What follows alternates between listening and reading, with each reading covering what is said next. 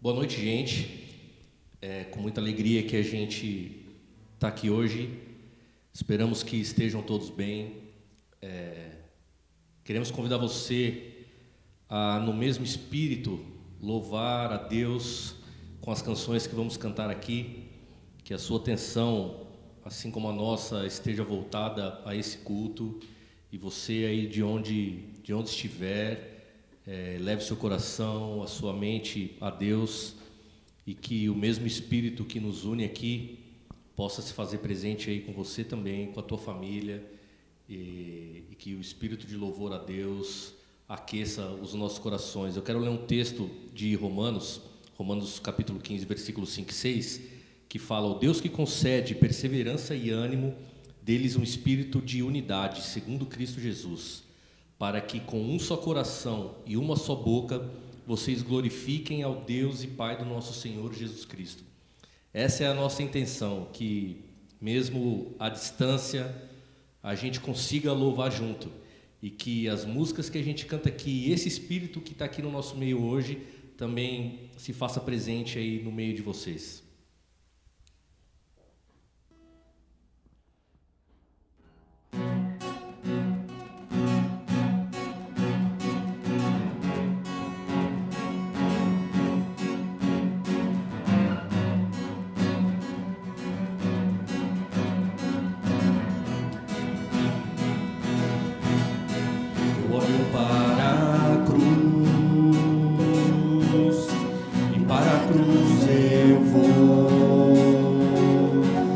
Sofrer, participar, sua obra vou cantar, meu Salvador, na cruz mostrou o amor do Pai, o justo Deus.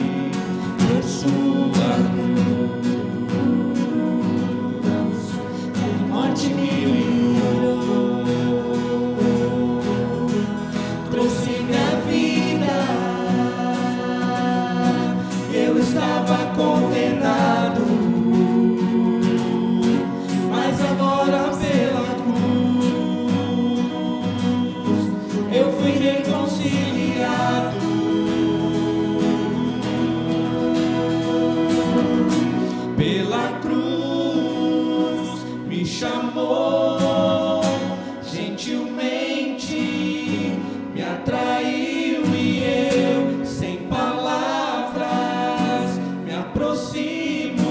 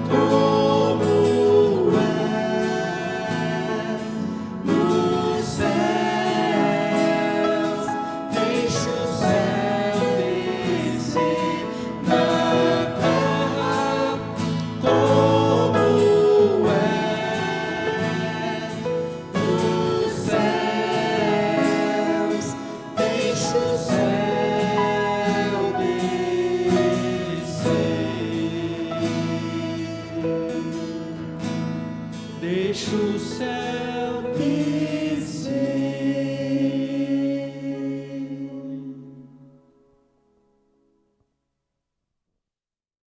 3, 4.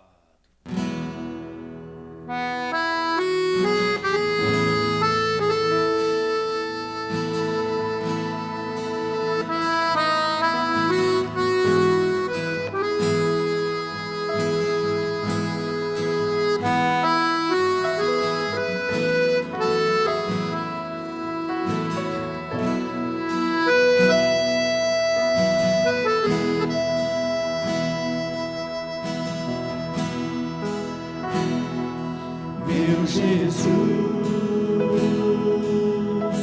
me leva pra perto de ti, me leva onde eu posso ouvir a tua voz, pois quando eu escutar de todo o coração obedecerei.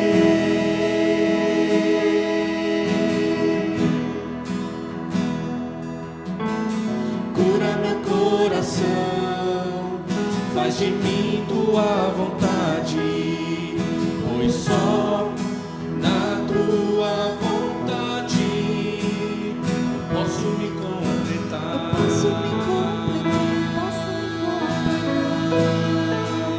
Eu posso me completar.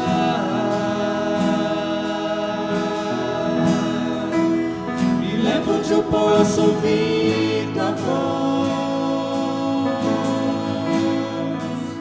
Me leva onde eu posso ouvir tua voz. Me leva onde eu posso ouvir tua voz. Aos teus pés.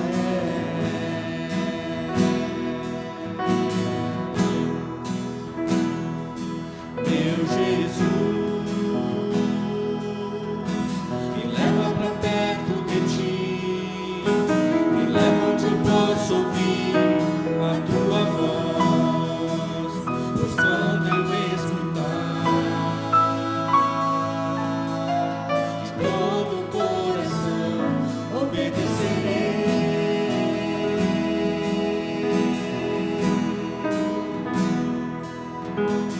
Cura meu coração, faz de mim tua vontade, pois só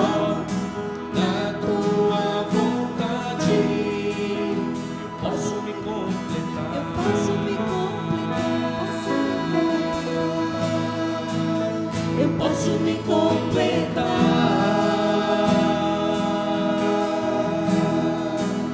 Me leva onde eu posso ouvir tua voz. Me leva onde eu posso ouvir tua voz. Me leva onde eu posso ouvir tua voz. Aos teus pés.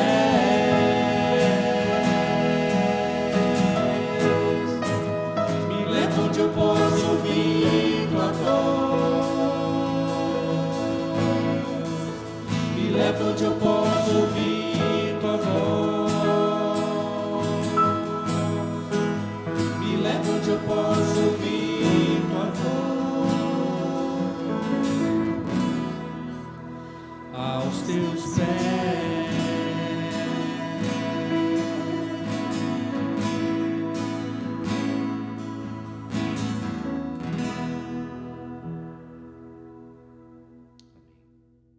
Gente, enquanto a gente canta essa próxima canção, vai aparecer no seu vídeo os dados de como você pode contribuir financeiramente aqui na nossa comunidade.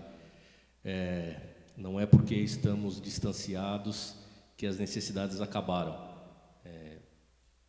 A gente ainda tem os mesmos custos, a gente ainda tem a mesma vida, e a vida do prédio da nossa igreja, a vida de alguns, ou do nosso ministro que é remunerado para isso, que a gente tem para cumprir. Então, enquanto a gente canta essa música, vai passar os dados. Se você quiser anotar, tome nota.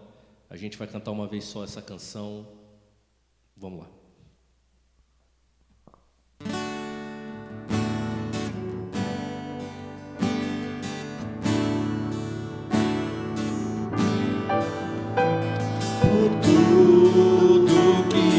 Feito por tudo que vais fazer, por tuas promessas e tudo que és, eu quero te agradecer com todo o meu ser. Mais uma vez, por tudo. Por tudo que tens feito, por tudo que vais fazer.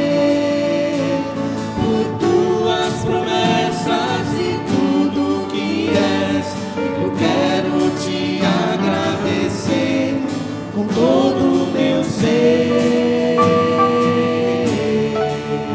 te agradeço, meu ser, te agradeço, meu ser, te agradeço, meu ser, te agradeço, meu Senhor, te agradeço por me libertar e salvar.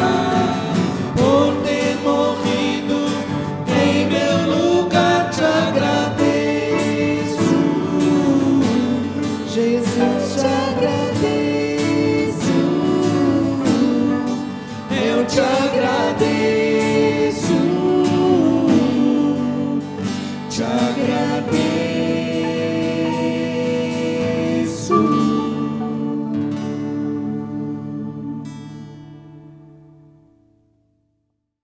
Boa noite, irmãos, a graça e a paz a todos aqueles que nos acompanham. Nós vamos dar continuidade à reflexão da nossa série Encontros, né? Os vários encontros que Jesus teve. E hoje nós vamos falar um pouquinho sobre um encontro especial de Jesus, que está registrado lá no Evangelho de Marcos, no capítulo 2. Nós vamos ler do versículo 1 ao versículo 12. Evangelho de Marcos, capítulo 2, do verso 1 ao versículo de número 12. Diz assim: Alguns dias depois entrou outra vez em Cafarnaum, e soube-se que estava em casa. Logo se juntaram tantos que nem ainda nos lugares junto à porta cabiam, e anunciava-lhes a palavra. Vieram ter com ele, conduzindo um paralítico trazido por 4 homens. E não podendo aproximar-se dele por causa da multidão, descobriram o telhado onde estava. E fazendo um buraco, baixaram o leito em que jazia o doente. Jesus, vendo a fé deles, disse ao paralítico: Filho, perdoados estão os teus pecados. Estavam ali assentados alguns dos escribas que arrazoavam em seus corações. Por que profere este assim blasfêmias? Quem pode perdoar pecados senão Deus? Jesus, conhecendo logo em seu espírito que assim arrazoavam, entre si lhes disse: Por que arrazoais sobre essas coisas em vossos corações? Qual é mais fácil dizer ao paralítico: Estão perdoados os teus pecados? Ou dizer-lhe: Levanta-te, toma o teu leito e anda? Ora, para que saibais que o Filho do Homem tem na terra poder para perdoar pecados, disse ao paralítico: A ti te digo, levanta-te, toma o teu leito e vai para a tua casa. Ele se levantou e, tomando logo o leito, saiu na presença de todos, de sorte que todos se admiraram e glorificaram a Deus, dizendo: Nunca vimos tal coisa. Pai, nós pedimos que tu venhas ministrar nas nossas vidas através da tua palavra e que ao longo dessa reflexão venha nos direcionar, para que saiamos com as verdades dela bem assimiladas no nosso coração. É o que nós te pedimos para o teu louvor e para a tua glória. Amém. O pastor já falecido, Eugene Peterson, ele narra um episódio da sua vida onde se deu o desligamento dele de uma denominação da qual ele pastoreou durante muitas décadas, muitos anos, e ele conta que não só a comunidade local dele, ligada a essa denominação, mas cada pastor e cada comunidade recebia 2 relatórios. Um dos relatórios eles falavam sobre o crescimento numérico da igreja, as entradas de ofertas, as entradas financeiras, aquilo que a igreja recolhia. E no outro relatório, ele era ligado à vida espiritual, à saúde espiritual do pastor, da congregação. Então, em um ele relatava a vida, a saúde espiritual da igreja, a sua própria vida particular, a vida do pastor, e no outro, os relatórios se dava mais no aspecto institucional, né? Os números da igreja, de pessoas e aquilo que entrava no quesito financeiro. E aí ele vai dizer que começou a desconfiar, com o passar do tempo, que ele preenchia os relatórios, que os líderes daquela denominação não liam o relatório que falava da sua vida com Deus, da saúde da igreja. Ele começou a desconfiar que o que se levava em conta era o relatório institucional do crescimento, das finanças. E aí então ele começou a brincar com aquele relatório, ele começou a escrever algumas coisas lá para ver se chocava aqueles líderes. E em um dos relatórios ele diz, olha, nós fizemos aqui uma experiência na igreja. Então, ao invés de nós servirmos a ceia com vinho, a gente preferiu servir um chá alucinótico. E aí a gente está experimentando isso, vamos ver o que vai acontecer. E aí ele não obteve resposta nenhuma. E aí, posteriormente, ele fez um outro relatório dizendo, olha, agora a gente está fazendo uma experiência entre os casais da igreja, a gente está promovendo uma troca de casais para ver como que nós vamos lidar com a situação. E, enfim, ele não teve resposta em nenhum desses relatórios. E aí, quando ele foi falar com os líderes sobre o seu desligamento, ele colocou essa situação, né, como que eles estavam invertendo as prioridades. E ainda houve da boca dos líderes, né, uma mentira dizendo que eles tinham lido o relatório, e ele disse, vocês não leram o relatório, porque eu escrevi isso, e foi relatando tudo que ele escreveu. E aí aqueles líderes ficaram com os olhos arregalados, espantados com aquilo que ouviram. Ele falou, olha, é por essa razão que eu estou me desligando, porque a gente está invertendo as coisas aqui, a saúde, a vida espiritual não está sendo levada mais em conta. Porque o que de fato é precioso e que tem valor é essa parte essencial, é a saúde da comunidade da fé. É a vida da igreja, é o nosso crescimento em Deus, nosso crescimento espiritual, a nossa maturidade enquanto corpo de Cristo.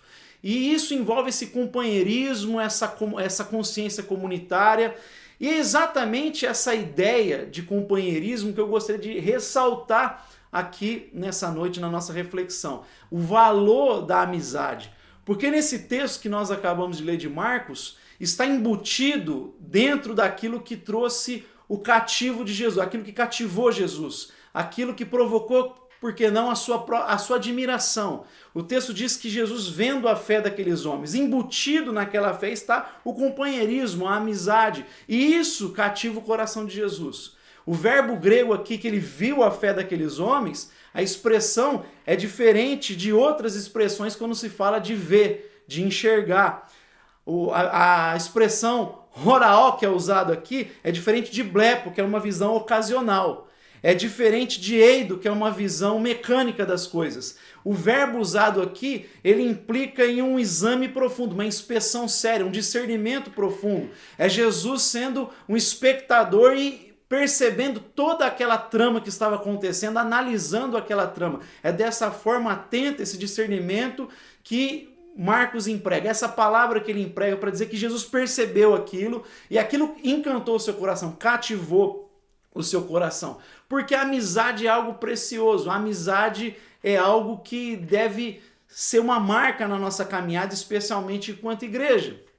O C.S. Lewis, ele vai dizer no livro 4 Amores, a diferença dos tipos de amores, e ele faz uma diferença entre o eros, em certo momento, e o amor filéu. O amor eros, que é da onde vem a expressão erótico, é o amor onde um olha para o outro. O homem olha para sua mulher, eles estão um olhando para o outro.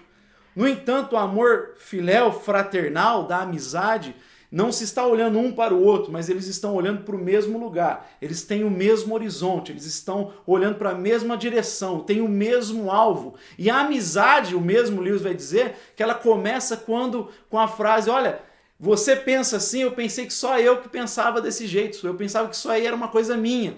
E é dessa forma, com algo em comum, que nascem as amizades.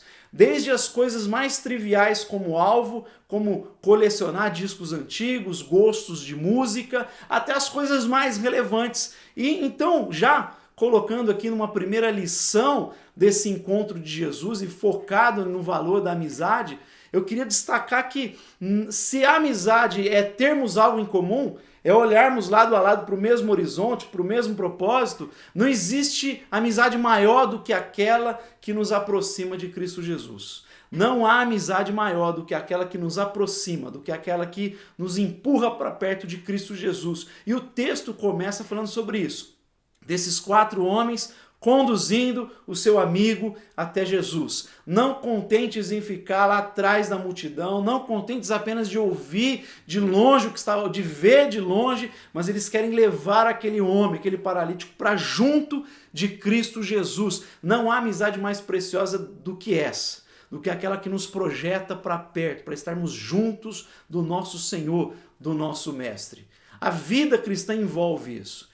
James Houston vai dizer que o reino de Deus é um reino de amigos. Essa é a grande koinonia, a grande comunhão. Não há propósito maior do que esse. Então o reino de Deus envolve amizades sólidas, amizades profundas. E é justamente na amizade, nessa junção, que nós vamos vendo facetas maiores de Cristo Jesus, que nós vamos vislumbrando mais do próprio Deus. É na junção do corpo de Cristo que nós temos um olhar mais amplo sobre Deus, que nós adquirimos um conhecimento mais amplo sobre Deus.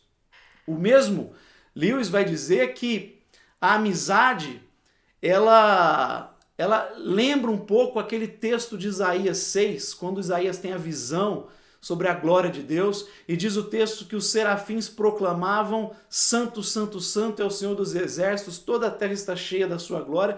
Eles proclamavam isso não para Deus, mas uns para os outros. Eles proclamavam uns aos outros que Santo, Santo é o Senhor dos exércitos. E de modo similar é o que acontece na igreja.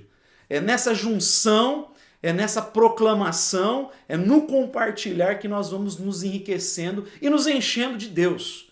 Que nós vamos nos revestindo do poder de Deus. Não é por acaso que Paulo vai dizer em Efésios, o mandamento de se encher do Espírito Santo, a expressão dele traz justamente essa mentalidade de comunidade. A ideia é: não vos embriagueis com vinho, mas enchei-vos. Não é enchem-se do Espírito Santo.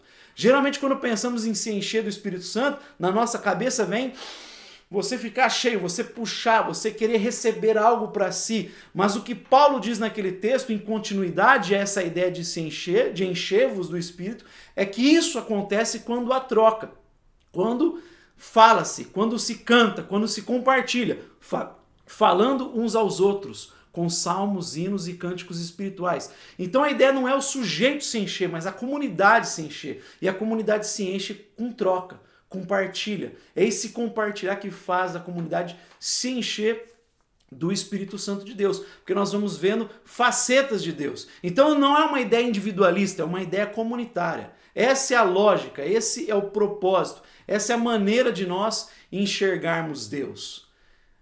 Numa amizade entre o sujeito A, B e o C, quando o sujeito A morre, o sujeito B e C não perdem apenas o sujeito A. Eles perdem, por exemplo, o sujeito B perde a relação do A com o C. E o sujeito C perde a relação do A com o B. Sabe aquela coisa de amigo que a gente ri com troca de olhares, a gente consegue se comunicar com os olhos e essas histórias morrem junto. Por quê? Porque o sujeito C não conhece apenas o A. Ele aprendeu algo do A que só é possível ver na relação com o B. E é a mesma forma com Deus aqui. A gente aprende de Deus olhando para o próximo e nesse compartilhamento das coisas, dos dons, da graça, das cores diversas, a gente vai se enriquecendo mais, se enchendo mais de Deus. É no soprar, é nesse compartilhar, falando. Não é na ideia de inspiração, mas de expiração. É soprando. Enchei-vos, falando com salmos, hinos e cânticos espirituais. Então, a primeira lição que a gente vê aqui nesse texto, nesse encontro de Jesus com esse grupo de amigos, a gente pode destacar que não há amizade maior do que aquela que nos aproxima de Deus. Se a amizade é partilhar, ter algo em comum das coisas mais triviais, as mais importantes, então não há mais importante do que aquela que nos aproxima de Cristo Jesus. Não há algo mais precioso do que andar com alguém que te leva para perto de Jesus, de que te desafia a crescer em Deus, de que te desafia a crescer na fé, de que enriquece a tua visão de Deus, enriquece os valores sobre Deus na tua vida. Não existe amizade maior do que essa. Segunda lição que eu gostaria de destacar, olhando para esse texto, é que a amizade nos ajuda a superar as nossas dificuldades, ela nos ajuda a vencer as barreiras, ela nos ajuda a ultrapassar as barreiras, e nós vemos isso nesse texto. Eles estão conduzindo aquele homem para Jesus, mas eles se deparam com um obstáculo, eles se deparam com uma barreira, se deparam com uma dificuldade.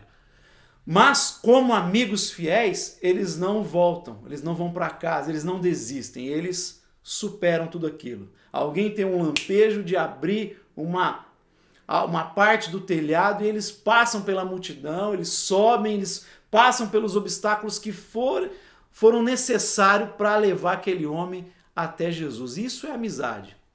É fazer aquilo que está ao nosso alcance para ajudar. É ajudar os nossos queridos a crescerem, a superarem as suas dificuldades, a vencerem as suas limitações. A amizade ajuda a gente na hora da dificuldade. Provérbios 17, versículo 17 vai dizer: em todo tempo ama um amigo, e na angústia nasce o irmão. Na hora da dificuldade, aquele amigo se faz um irmão, se faz um com você, se faz do mesmo sangue, se mostra fiel. É na hora da dificuldade que a gente vê isso.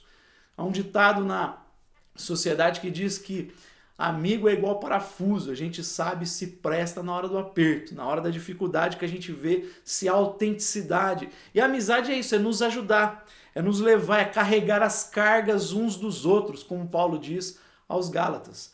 Carreguem as cargas uns dos outros. Ora, há fardos que cada um de nós carrega. Jesus diz que nós temos que tomar a nossa cruz dia após dia.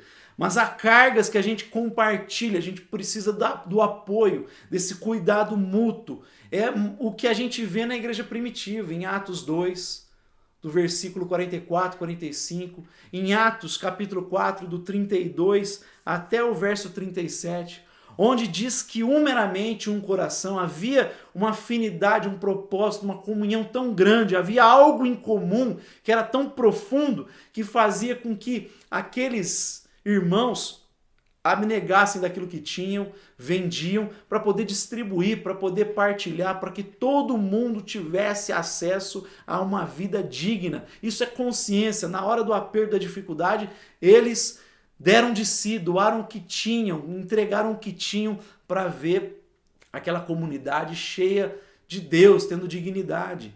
A gente vai ver Paulo falando de consolar na hora da luta dele, a própria luta de Paulo, um gigante na fé, numa situação em que ele se encontra abatido, onde muitos o haviam abandonado, muitos haviam negado a fé. Depois de tanto esforço de Paulo, ele vai dizer lá no finalzinho da vida dele, na última carta, 2 Timóteo, ele vai dizer: Timóteo, vem me ver depressa.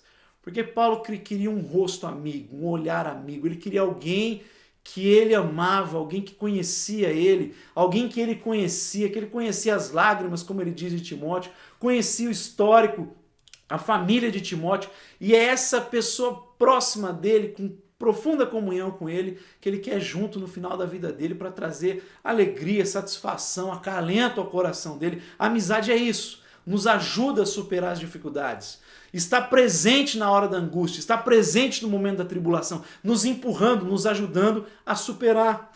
Mas ainda a gente vê que a amizade é um ambiente propício para a cura.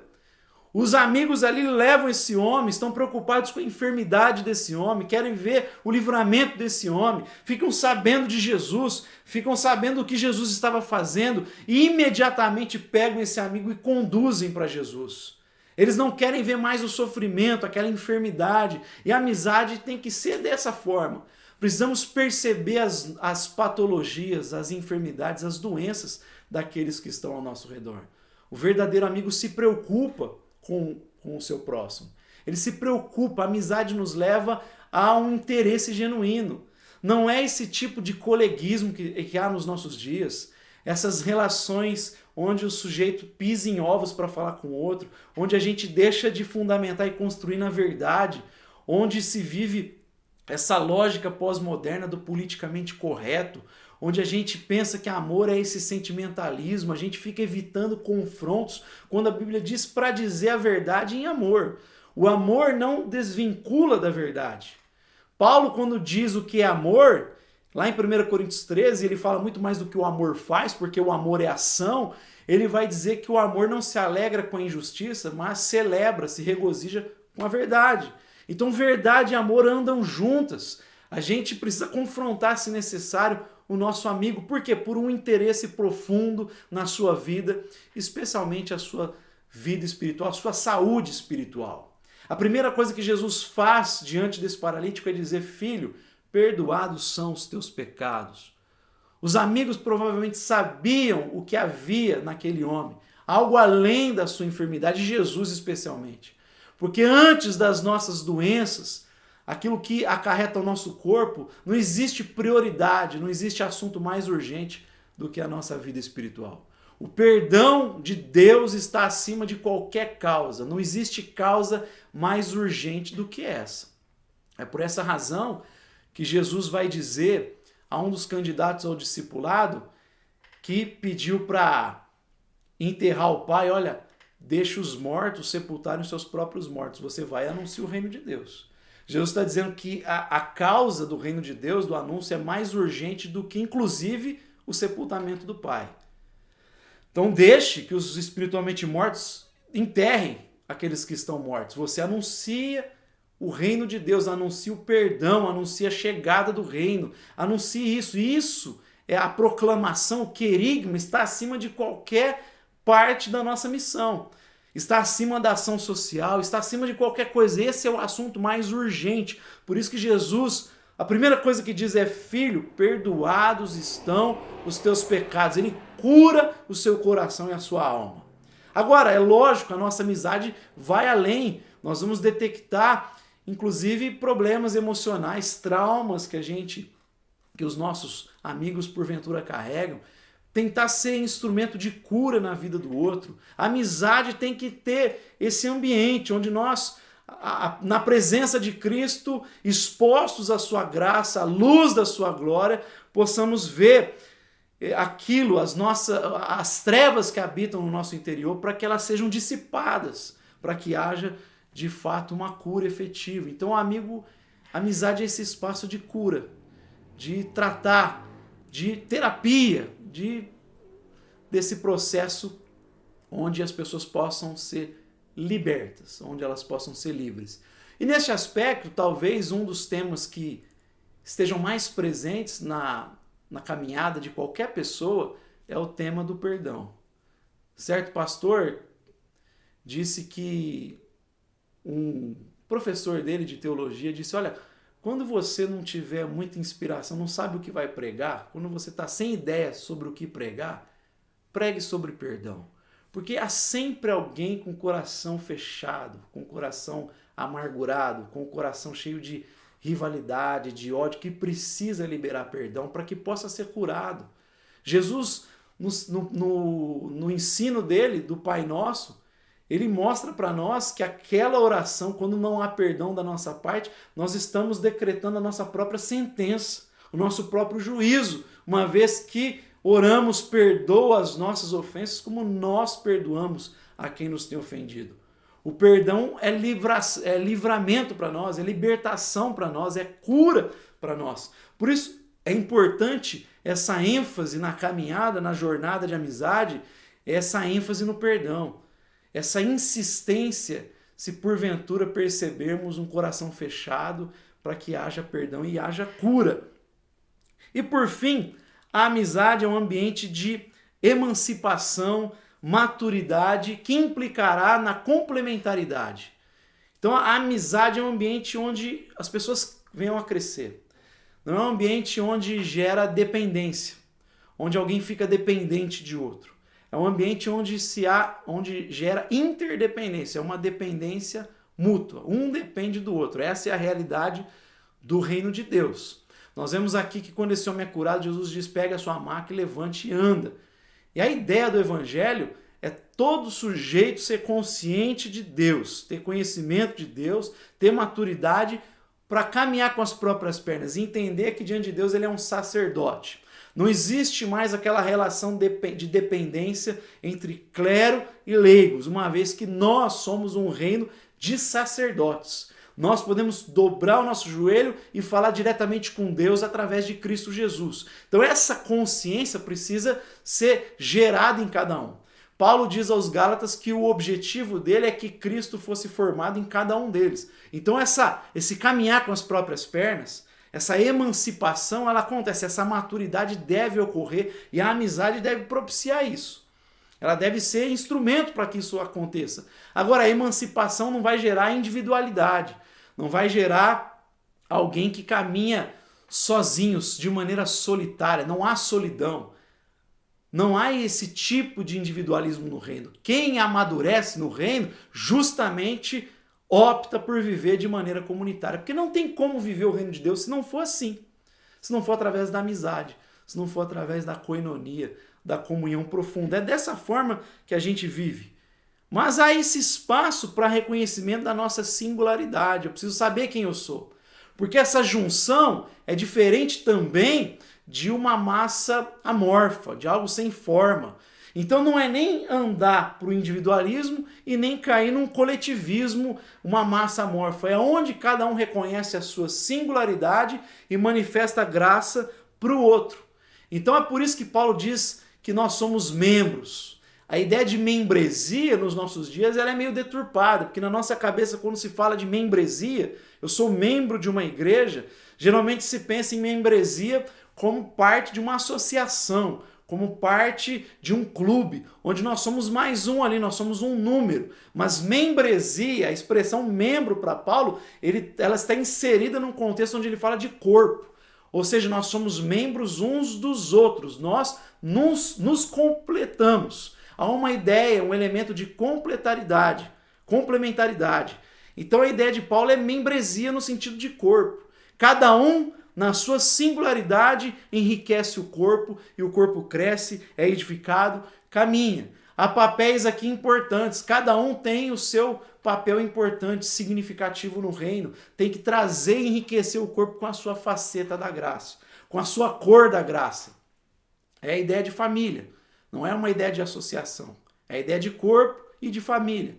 Família, você tem papéis muito bem definidos, do pai, da mãe, do filho, da avó. Não dá para trocar o papel do pai pelo filho, não se faz dessa forma. Sempre que acontece uma perda, há uma deficiência muito grande, porque há papéis ali bem definidos que trazem harmonia. E é dessa forma com o corpo. A mão não pode dizer eu não preciso de você para o pé não pode dizer para o olho eu não preciso de você, porque nós precisamos, aliás, dependemos uns dos outros para conhecermos Cristo e para crescermos na graça de Deus.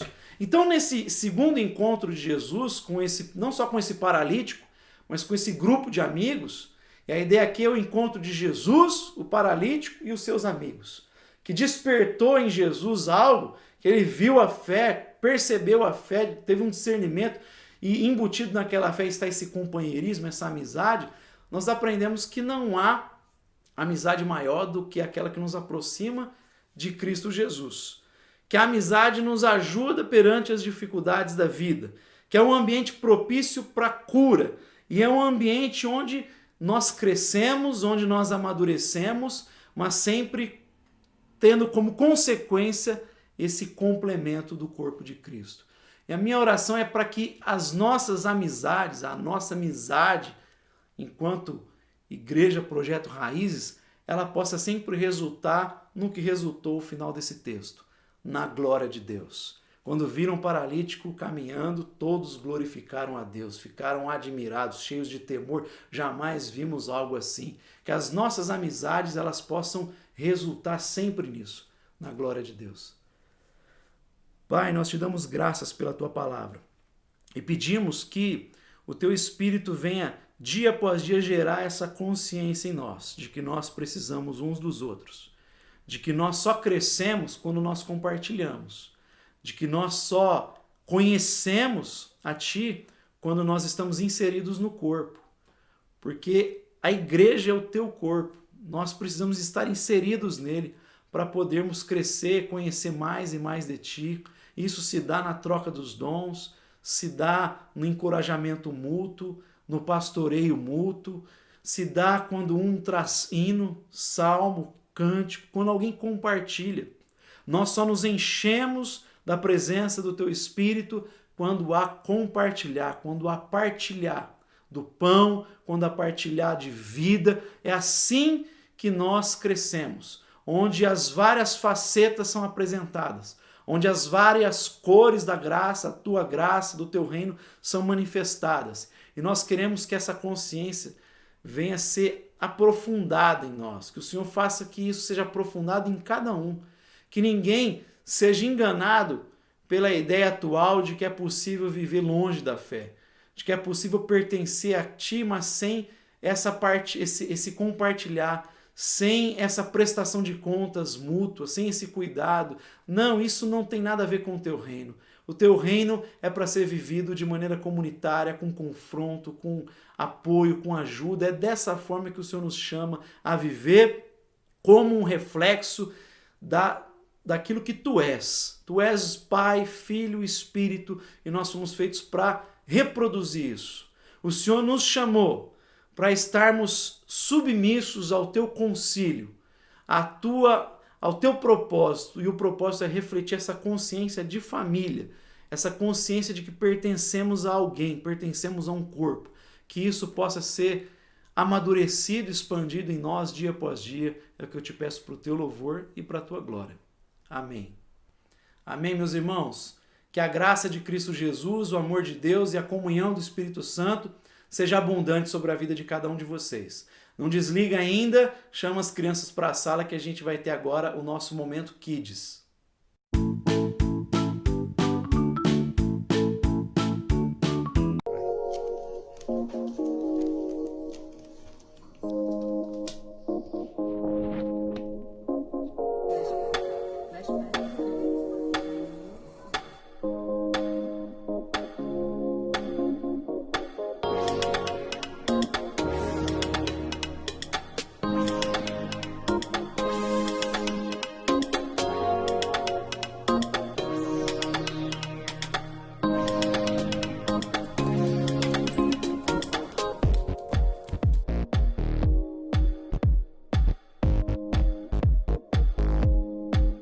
Boa noite, crianças! Tudo bem com vocês? Pois é, eu estou aqui hoje para trazer mais uma história para vocês. Vocês viram que esse mês a gente está aprendendo sobre Paulo. É o nosso personagem que usou a sandália da preparação do Evangelho da Paz. Paulo conheceu Jesus, amou os ensinamentos, viveu como Jesus viveu. E ele saiu anunciando para todo mundo sobre o Evangelho da Paz, levando o Evangelho de Jesus para todas as pessoas. E uma dessas viagens lá em Filipos, ele foi junto com seu amigo Silas. E chegando na cidade, eles encontraram uma serva, uma escrava, que tinha um mal dentro dela. E aí, eles libertaram, curaram ela, tiraram esse mal dela. Só que os donos dela não gostaram. E aí eles quiseram prender Paulo, fazer um monte de coisas com Paulo. E aí o Paulo pegou e conversou com eles, mas não teve jeito. Eles pegaram, levaram Paulo para o juiz, fizeram um monte de coisa com Paulo, bateram no Paulo e Silas. E pior, sabe o que eles fizeram com Paulo e Silas? Prenderam Paulo e Silas. Colocaram Paulo e Silas lá numa prisão. Olha, tadinho deles. Mas colocaram também um guarda. Ai, volta aqui, seu guarda. Colocaram um guarda para vigiar Paulo e Silas, para ver se eles não iam fugir.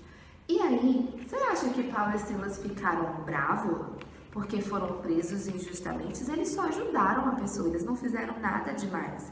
Não, Paulo e Silas ficaram cantando e orando. É verdade. Eles louvaram a Deus, hinos, cânticos e estavam orando a Deus.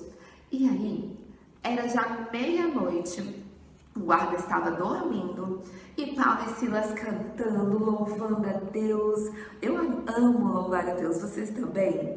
E aí ele estava lá cantando, não importa as circunstâncias que ele estava, não importa da maneira como ele estava, o amor dele para o Jesus não mudou, não mudava. E aí, sabe o que aconteceu? Um terremoto. A terra começou a se mexer muito, muito, muito, muito, muito, muito. E a cadeia se abriu. Se abriu. E Paulo e Silas, vocês acham que eles saíram correndo e fugiram da prisão? Não. Ficaram lá dentro. E aí, quando o guarda acordou, ele olhou para dentro da prisão, estava tudo muito escuro. Ele achou que Paulo e Silas e todos os presos tinham fugido. E aí ele pensou, pronto, vou morrer. Ainda é melhor morrer do que eu chegar lá e falar o que está acontecendo. E aí, Paulo, na hora que ele estava pensando que ele ia morrer, Paulo falou, peraí, não faz isso não. A gente está aqui, nós estamos todos aqui dentro. E aí, quando o guarda olhou lá dentro, estavam todos lá dentro, ele não acreditou. E aí o guarda ficou tão feliz que levou Paulo e Silas para casa dele, cuidou das feridas que tinham no corpo deles, porque eles tinham machucado Paulo e Silas, cuidou da ferida deles. E aí, Paulo e Silas puderam falar do grande amor de Deus para a família desse guarda. Puderam falar como era o amor de Jesus, tudo que Jesus tinha feito pela vida deles.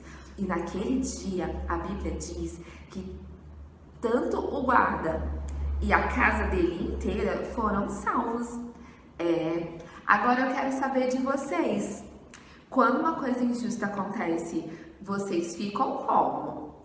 Bravos, irritados, emburrados quando as coisas não saem como vocês querem? Ou vocês têm a atitude de Paulo e Silas, de louvar e orar a Deus em todo e qualquer momento? É pra gente aprender, porque se Paulo e Silas tivessem tido uma atitude diferente, tivessem ficado emburrados, chateados e reclamado, talvez a família desse guarda não tinha conhecido o amor de Deus. Então, em todas as circunstâncias, Paulo usou, sim, a sandália do Evangelho da Paz, que vocês possam usar a sandália do Evangelho da Paz todos os dias da vida de vocês. E assim, toda a armadura que nós estamos aprendendo, certo? Beijos, até o próximo domingo. Tchau!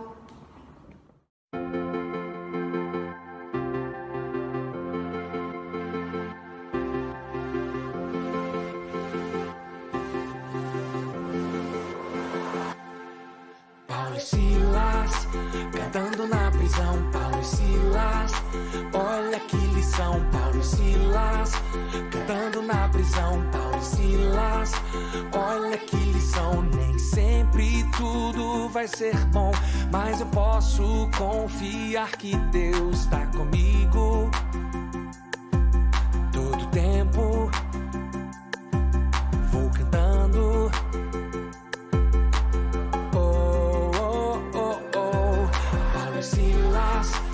Cantando na prisão, Paulo e Silas, olha que lição. Paulo e Silas, cantando na prisão. Paulo e Silas, olha que lição. Nem sempre tudo vai ser bom, mas eu posso confiar que Deus está comigo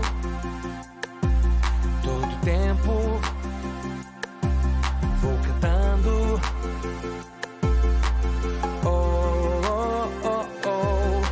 Estavam na prisão. E as costas?